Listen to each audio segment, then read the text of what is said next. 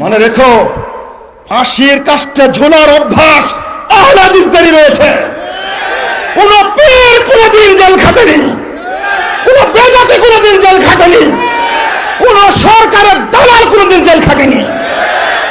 তোমার লজ্জা করা উচিত, শরম করা উচিত। তোমার জেল খাটছে আহলে হাদিসরাই। গরু কুরবানি করার পরে আহলে হাদিসরা জেল খাটছে, আমিন জোরে বলার কারণে আহলে হাদিসরা জেল খাটছে, ইংরেজদের বিরুদ্ধে যুদ্ধ করার কারণে আহলে হাদিসরা জেল খাটছে। তোমরা কয়জন জেল খেটেছো? তোমরা আহলে হাদিসদের গায়ের উপরে কয়জন দেশ থেকে বহিষ্কৃত হয়েছে? কয়টা প্রমাণ নিবে তোমরা? ইবনে তাইমিয়া রাহিমাহুল্লাহ, তাকে জেল খাটানো হয়েছে। ইমাম বুখারীকে দেশ থেকে বের করে দেওয়া হয়েছে। ইমাম আহমদ বিন হাম্বলকে 28 মাস প্রতিদিন 100 করে ব্যাট মারা হয়েছে। ইমাম শাফির উপর অত্যাচার হয়েছে, ইমাম মালিকের উপর অত্যাচার হয়েছে। আহলে হাদিসদের ইতিহাস হলো রক্তরঞ্জিত ইতিহাস। আহলে হাদিসের ইতিহাস হলো বিজয়ের ইতিহাস। স্বাধীনতা পেয়েছে আহলে হাদিসদের রক্তের বিনিময়ে। এই দেশের প্রতিষ্ঠাতা যদি বলো, স্বাধীনতার নায়ক যদি বলো, তাহলে আহলে হাদিসরাই করেছে। আর আহলে হাদিসদের জঙ্গিবাদের মিথ্যা অপবাদ দিয়ে তোমরা ঠাসিয়ে রাখতে চাও, অসম্ভব। আগামী দিনে আহলে হাদিসরা ঐক্যের মঞ্চে আসবে। আহলে হাদিসরাই উপমহাদেশে কোরআন এবং সহিহ সুন্নাহর মূল আমলটা চালু করেছে। আলহামদুলিল্লাহ। ব্রিটিশ বিরোধী আন্দোলন আহলে হাদিসরাই করেছে। যারা ইংরেজদের পক্ষে ফতোয়া দিয়েছিল তারা কারা? যদি বলি 5 জন ব্রিটিশ বিরোধী আন্দোলন নেতার নাম বলো, প্রথম নামটা আসবে সৈয়দ আহমদ শহীদ, তারপর নাম আসবে শাহ ইসমাইল শহীদ। শাহ ইসমাইল শহীদকে শিরিক বিদআত দূর করার জন্য তিনি প্রথম তাকবিয়াতুল ঈমান লিখলেন, শিরকে আকবার শিরকে আসগার নিয়ে লিখলেন প্রথম। তিনি লিখলেন তানবীরুল আইনাইন ফি ইসবাত রাফউল ইয়াদাইন। রাফউল ইয়াদাইনের যত হাদিস সালাতের মধ্যে রাফউল ইয়াদাইন সব উল্লেখ করলেন।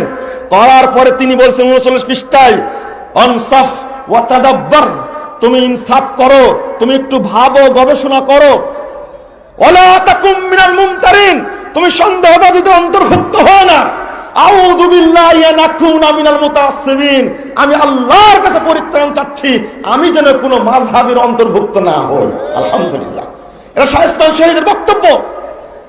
তিতুমির, এনায়েত আলী, বেলায়েত আলী, আপনারা আজকে আহলে হাদিসদের বিরুদ্ধে এই প্রপাগান্ডা শুরু করলেন। প্রথম প্রপাগান্ডা হলো এই টুপিওয়ালা পাগড়িওয়ালা। ভাই আপনাদের কেন বলছি, খুব দুঃখে কষ্ট বলছি, আপনি পাগড়িওয়ালা হয়ে, ইমাম হয়ে, আলেম হয়ে, দেওবন্দে পড়াশোনা করে, হাটহাজারীতে পড়াশোনা করে আপনি একটা আহলে হাদিস মসজিদকে কেমনে বলেন এটা হলো শিয়া মসজিদ? কেমনে বলেন এটা কাদিয়ানী মসজিদ? কেমনে আপনি ফতোয়া দেন আহলে হাদিস মসজিদ ভেঙে দিতে হবে? আপনারা কাসেমি, আপনারা দেওবন্দে পড়াশোনা করেছেন, আপনারা হাটহাজারীতে পড়াশোনা করেছেন। আস্তাগফিরুল্লাহ, হাটহাজারীতে পড়ে এটা শিখলেন যে আহলে হাদিস মসজিদকে কাদিয়ানী মসজিদ বলতে হবে?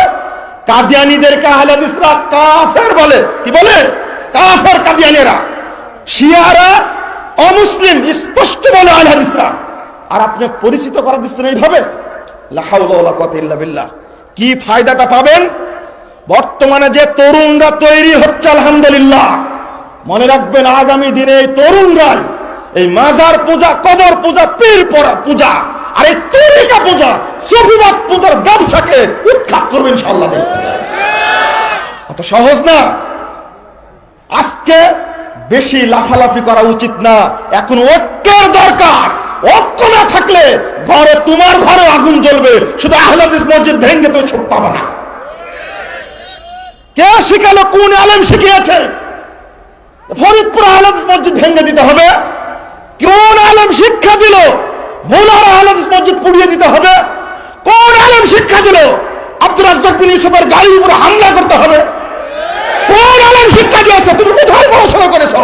তুমি তো শয়তানের চেয়েও খারাপ, তুমি তো ইবলিসের চেয়েও খারাপ। মনে রেখো, ফাঁসির কাস্টে ঝোলার অভ্যাস আহলে হাদিসদেরই রয়েছে। কোন পীর কোনদিন জেল খাটেনি, কোন বেদাতি কোনদিন জেল খাটেনি, কোন সরকারের দালাল কোনদিন জেল খাটেনি। তোমার লজ্জা করা উচিত, শরম করা উচিত। তোমার জেল খাটছে আহলে হাদিসরাই। গরু কুরবানি করার পরে আহলে হাদিসরা জেল খাটছে, আমিন জোরে বলার কারণে আহলে হাদিসরা জেল খাটছে, ইংরেজদের বিরুদ্ধে যুদ্ধ করার কারণে আহলে হাদিসরা জেল খাটছে। তোমরা কয়জন জেল খেটেছো? তোমরা আহলে হাদিসদের গায়ের উপরে কয়জন দেশ থেকে বহিষ্কৃত হয়েছো? কয়টা প্রমাণ নিবে তোমরা? ইবনে তাইমিয়া রাহিমাহুল্লাহ তাকে জেল খাটানো হয়েছে, ইমাম বুখারীকে দেশ থেকে বের করে দেওয়া হয়েছে, ইমাম আহমদ বিন হাম্বলকে 28 মাস প্রতিদিন 100 করে বেত মারা হয়েছে, ইমাম শাফির উপর অত্যাচার হয়েছে, ইমাম মালিকের উপর অত্যাচার হয়েছে। আহলে হাদিসদের ইতিহাস হলো রক্তরঞ্জিত ইতিহাস, আহলে হাদিসের ইতিহাস হলো বিজয়ের ইতিহাস। স্বাধীনতা পেয়েছো আহলে হাদিসদের রক্তের বিনিময়ে। এই দেশের প্রতিষ্ঠাতা যদি বলো, স্বাধীনতার নায়ক যদি বলো, তাহলে আহলে হাদিসরাই করেছে। আর আহলে হাদিসদের জঙ্গিবাদের মিথ্যা অপবাদ দিয়ে তোমরা ঠাসিয়ে রাখতে চাও, অসম্ভব। আগামী দিনে আহলে হাদিসরা ঐক্যের মঞ্চে আসবে। আরে বেকুব, ইমাম বুখারীর কিতাবটা তোমার পড়ারই সুযোগ হয়নি। যদি সহিহ বুখারী পড়তে, পশ্চিমকালে ইমাম বুখারীকে কখনো বলতো না ফকিহ ছিলেন না। আরে ফেক শিখতে হলে আগে সহিহ বুখারী পড়ো। তুমি তো বুখারী পড়োইনি, হাদ্দাসানা সাইনি নষ্ট করেছো তুমি। বললে কখনো ইমাম বুখারীকে কথা বলতে পারতে না। নাউজুবিল্লাহ, আস্তাগফিরুল্লাহ। কেমনে কথা বলে?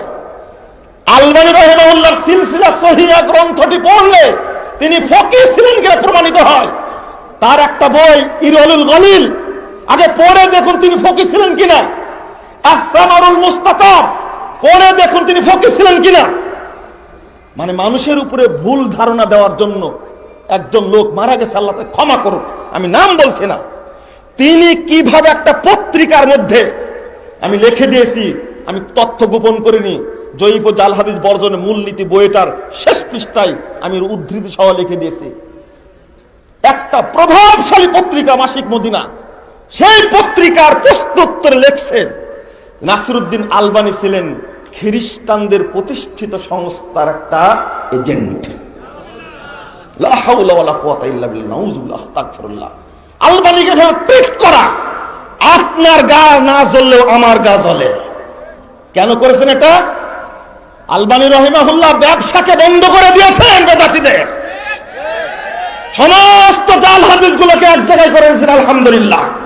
বেটা, তুমি জাল হাদিস পকেটে পুরে ব্যবসা করতে, আজকে আলবানীর বই প্রকাশ হওয়ার কারণে জনগণের কাছে তুমি ধরা খাচ্ছ বলে আলবানী তোমার চুলকানি হয়ে গেছে।